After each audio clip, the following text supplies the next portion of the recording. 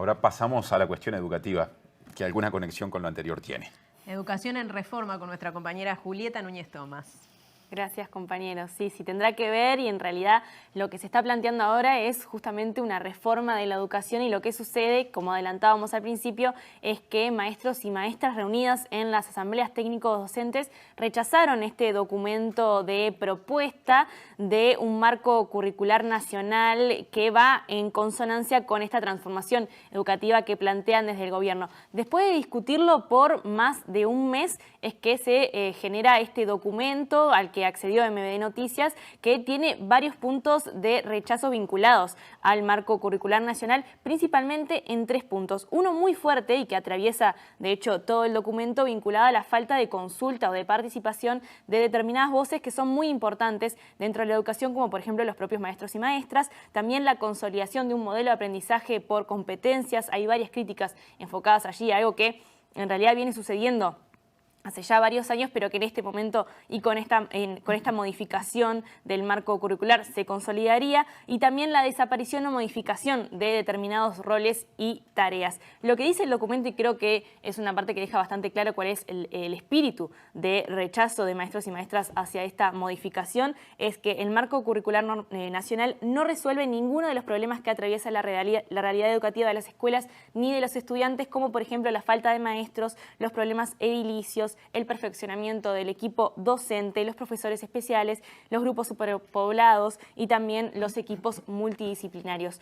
Este documento tiene varias frases, varias citas, y vamos a compartir aquí una de ellas, que es de Miguel Soler, y lo que dice es que ninguna reforma de la educación ha tenido éxito nunca contra el profesorado o sin su concurso, y esto lo plantean porque entienden que el rechazo que hacen a este marco curricular nacional no es solamente por su contenido o por la forma de presentarlo, que llegó sin mucho tiempo de anticipación a las asambleas técnico-docentes, sino también porque sienten que se hizo a espaldas del Magisterio Nacional y que se hizo eludiendo la participación real de los colectivos organizados. Y esto obviamente lo que plantean es que para una reforma, una transformación educativa, se necesita esa voz fundamental. Sobre estos y otros temas fue que consultamos a Juan Pedro Mir, que es maestro, es licenciado en Educación y es integrante de la comisión directiva de EDUI 21, en los que nos mencionaba es que Uruguay necesita urgentemente una transformación de las estructuras de la educación, y que en su opinión el marco curricular nacional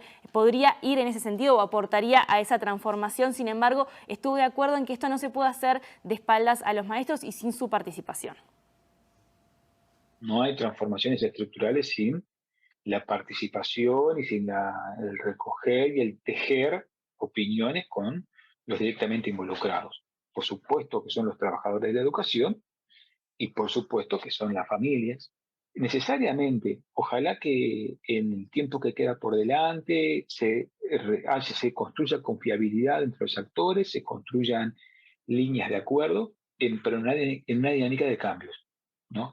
O sea, construir acuerdos para construir inmovilismo en la transformación curricular, lo único que genera es continuar aumentando la exclusión social, sobre todo de los sectores excluidos, valga la redundancia. Entonces, ojalá que los actores sociales, los actores políticos, los actores sindicales encuentren de la mano de la dotación de recursos una agenda que signifique la transformación, la profesionalización de la actividad docente, la mejora de las condiciones de trabajo, pero también la transformación de las estructuras curriculares, sin las cuales no va a haber necesariamente, yo porque he escuchado que el tema no es curricular, el tema también es curricular. El tema también es curricular, en el sentido de cómo se organizan las asignaturas, en el tema cómo se organizan los conocimientos a enseñar, el tema de qué se enseña, cómo se enseña, en qué tiempos y espacios, en qué calendario. El tema también es curricular. Julieta, ¿qué dice del presupuesto este documento al que tuviste acceso? Bueno, lo que dicen maestros y maestras es Es impensable pensar en una transformación educativa que no tenga en cuenta el momento presupuestal que se está viviendo. Dicen que no se puede transformar la educación en un contexto de recorte presupuestal, que es lo que están planteando. Como saben, públicamente varios actores vinculados a la educación vienen hace tiempo reclamando el 6+1 del PBI para la educación. En este momento se encuentra más o menos en un 2,2%, pero la proyección que tienen para 2024 es de 1,9%. Muy lejos de la cifra más cercana, al 6+1, que fue el 4,5 que se llegó. Vamos a compartir ahora datos vinculados a un análisis que hizo el economista del Instituto Cuesta Duarte y docente también del ODELAR, Pablo Darrocha, de la evolución del presupuesto de la ANEP. Como pueden ver, allí del 2020 al 2021 hubo una reducción del 3,5% del presupuesto general de la ANEP y entre 2021 y 2022 fue de 0,5%.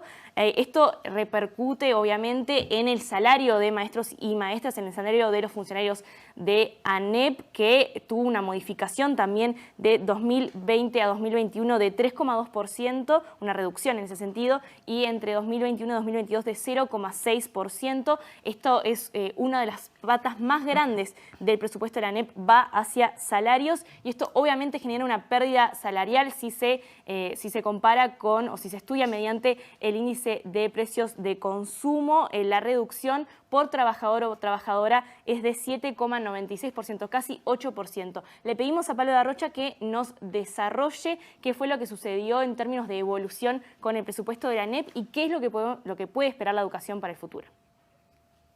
El presupuesto educativo, entendido con la asignación de recursos que recibe ANEP, UDELAR y UTEC, desde el año 2005 ha tenido un crecimiento sostenido y muy fuerte, que lamentablemente empezó a cambiar esa tendencia a partir del año 2020, donde empezamos a experimentar una caída en la asignación presupuestal. Una caída del orden del 3,5% en términos reales, ¿no? Es decir, una asignación significativamente menor. Estamos hablando de uno de los incisos más importantes, no solamente porque se trata de la educación, sino porque es la que no solamente brinda un servicio de enorme trascendencia a una población que lo requiere, sino que son un gran número de docentes y no docentes vinculados con el área. Hoy estamos como muy enfrascados en ese debate que se concentra en lo salarial, que en algunos incisos representa más del 85% de su presupuesto. Este es el caso de ANEP, por ejemplo. No es el caso de otro, pero que está claro que afecta por igual la capacidad de compra de todas y todos los trabajadores. Por lo tanto, hay un foco ahí, que al mismo tiempo se suma con las necesidades de infraestructura, las necesidades de inversión, las necesidades de gasto de funcionamiento, que primero fueron recortados con el decreto 90 y posteriormente con una asignación presupuestal de recorte, ¿no? Que se ubica en términos reales 3 puntos por debajo. Y eso es muy preocupante para una prestación, un servicio, básicamente un derecho, como es brindar educación de calidad como la que brinda nuestro país. El informe, Juli, lo empezaste hablando con Mir. ¿Qué dijo Mir de este tema, el presupuestal? Bueno, estamos hablando justamente de la transformación educativa, de las necesidades de modificaciones estructurales dentro de la educación, y él decía que eso es necesariamente acompañado de una modificación en el presupuesto y apostó a la próxima rendición de cuentas para tener una señal significativa para la educación en lo que tiene que ver con el futuro, sobre todo vinculado a las necesidades de perfeccionamiento de los docentes y también a la innovación en educación. Uno esperaría que en la próxima rendición de cuentas haya, así como hubo en la primera infancia una apuesta a reforzar en la rendición de cuentas anterior, haya en esta dadas las condiciones de crecimiento que ha tenido el país en los últimos años, en el último año particularmente, haya una apuesta al fortalecimiento del presupuesto educativo y vinculado a las condiciones, sobre todo, de atender las áreas más complejas, como son la extensión del tiempo pedagógico y el fortalecimiento de la profesionalización docente.